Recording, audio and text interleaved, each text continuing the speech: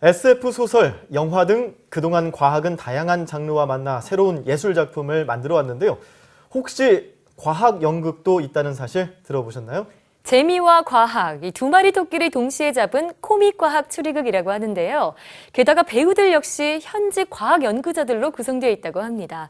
어떤 내용일지 정말 궁금해지는데요. 네, 그래서 오늘 탐구인에서 과학 커뮤니케이터 이선호 씨와 함께 자세한 이야기 나눠보겠습니다.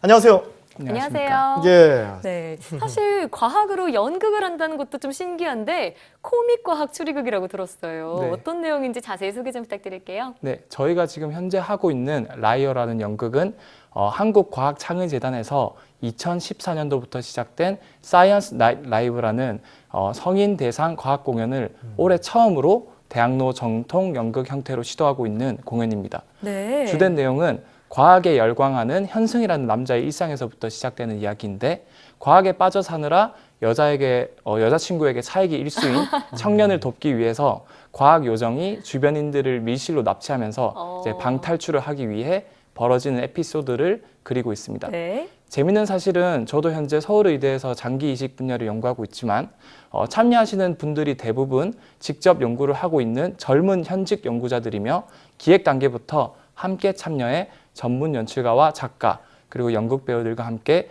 과학적인 사실을 바탕으로 완성한 연극이라는 점입니다. 네. 재밌는 게 제가 대학로에서 연극 한 2번 정도 봤어요. 라이어라는 연극도 정말 좋아하는데 네. 이름이 똑같네요. 네, 사실 네. 그 라이어라는 연극과 이제 원소기호 리튬 그리고 아르곤의 앞글자를 따서 이제 오마주를 해서 만든 공연이거든요. 리튬과 아르곤. 아르곤. 네. 그렇군요. 그렇게 해서 이름을 붙였지만 전혀 다른 내용인 네. 거죠. 그렇죠. 지금 화면에서 잠깐 봤더니 이선호 씨도 막 춤을 추고 뭔가 이게 내용이 심각한 내용보다는 좀 재미있는 말씀하셨다시피 코믹함이 들어가 있는 그런 네. 연극인 거로 보이는데 네. 이런 공연 어떻게 추진하게 됐나요?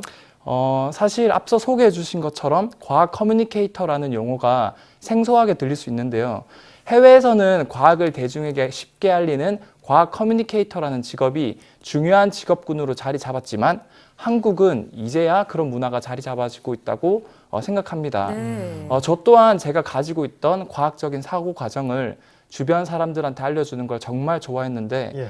구체적으로 과학 커뮤니케이터라는 이런 기회의 장을 과학기술정보통신부와 한국과학창의재단에서 만들어 주셔서 다른 과학 커뮤니케이터들과 함께 새로운 시도들을 할 수 있었고요. 그래서 다양한 고민을 하던 중에 올해는 과학을 싫어하는 사람들도 관심을 갖고 보는 소극장 연극을 통해 과학을 알려보자라는 아이디어에서 시작해서 이런 연극을 하게 되었습니다. 네, 그 과학 커뮤니케이터로 활동을 하고 계신 건데 네. 그럼 구체적으로 어떤 과학적 내용을 다루고 계신 건가요? 제가 몇 가지 예를 들면 저희 연극 속에 실제로 원소 주기율표를 랩으로 만들어서 과학 커뮤니케이터가 부르는 장면이 있습니다. 랩으로요? 그래요? 네. 주기율표를 랩으로 준비된 게 있죠? 한번 확인해 볼까요? 네. 네. 아직 소리가 나오고 있네요. 지금 네 어느 정도 들어봤는데 네. 예 지금 뭐 이런 장면이 그 연극 안에서 이런 그 랩을 하면서 춤도 추고 예. 뭐 이렇게 된다라는 거죠. 예, 그렇죠. 예. 특히나 화학 원소 주기율표는 이제 중고등학생들이 앞글자를 따서 수해, 리배, 붕탄 뭐 이런 식으로 외우는데 맞아요. 그걸 이제 수해, 리배, 붕탄 이런 식으로 이제 랩을 같이 한번 해볼까요? 예. 수회리 입에 배붕탄. 잘 따라하시네요. 래퍼 하셔도 될 것 같습니다. 아, 저 나가봐야겠어요. 그 예. 연극에. 예. 네, 그런 것도 그리고 있고. 또 근데 네. 저 예전에 그 저희 고등학교 때 보면은 그 이온화 그 뭐랄까요? 그 칼카나마 아라천리 준합수구 수은배급 이것도 랩처럼 네. 외웠던 것 같은데 그것도 예. 어떻게 보면 이런 그 랩과 비슷하다고 할 수 있을까요? 예, 맞습니다. 제가 방금 오. 말씀드린 것처럼 예. 그 뒷부분도 같이 뭐 칼카나마, 아라천리 이렇게 랩으로 이렇게 돼 있거든요. 그래서 한번 들어보시면은 굉장히 쉽고 재밌게 외울 수 있을 겁니다. 예. 네.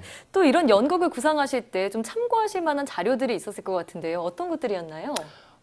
실제로 제가 연극을 참고를 할 때 특정 명화 이제 되게 유명한 밀레이 만종이라는 그 명화가 있습니다. 예. 영화요. 네, 근데 밀레이 만종이라는 명화가 사실 추수감사가 끝나고 기도를 그리는 장면인데 네. 그 장면에 숨겨진 그림이 있었거든요.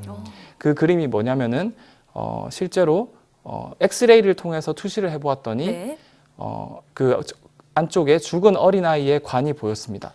네, 아. 그래서 그런 과학적인 사실도 녹여져 있고 뿐만 아니라 다른 다양한 과학적인 장면을 많이 녹여내려고 노력을 하였습니다. 네. 그런데 이렇게 그 과학 분야에 계신 분들께서 연극을 한다는 게 쉽지 않았을 것 같은데 네. 어려운 점은 없었나요? 이제 어려운 점은 기본적으로 이제 과학과 연극을 융합을 하는 시도가 처음이었는데요.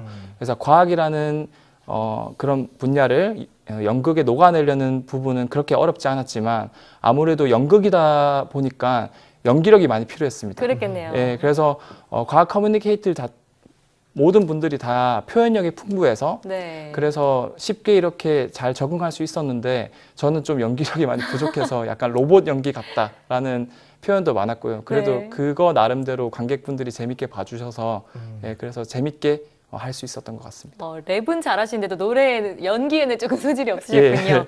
네, 그럼에도 불구하고 이 과학 커뮤니케이터로서 느끼는 과학의 매력이 있다면요? 특히 우리나라 사람들은 과학을 이해하기 힘든 수식과 실험의 이미지를 떠올리면서 나와는 동떨어진 학문이라고 생각하기 쉬운데요.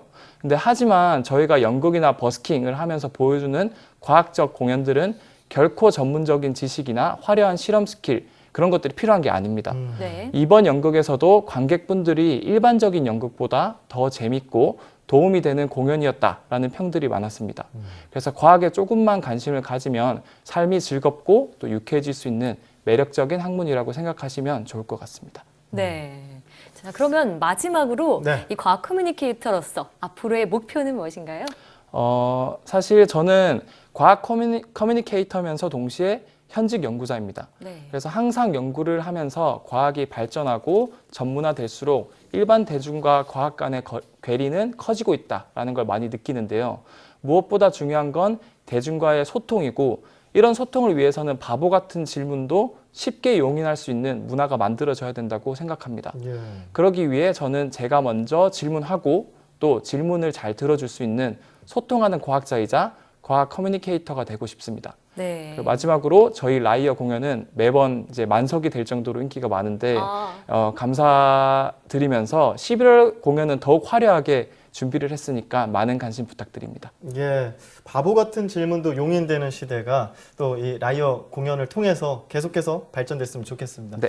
네, 지금까지 과학 커뮤니케이터 이선호 씨와 함께 이야기 나눠봤습니다. 오늘 말씀 고맙습니다. 네. 고맙습니다.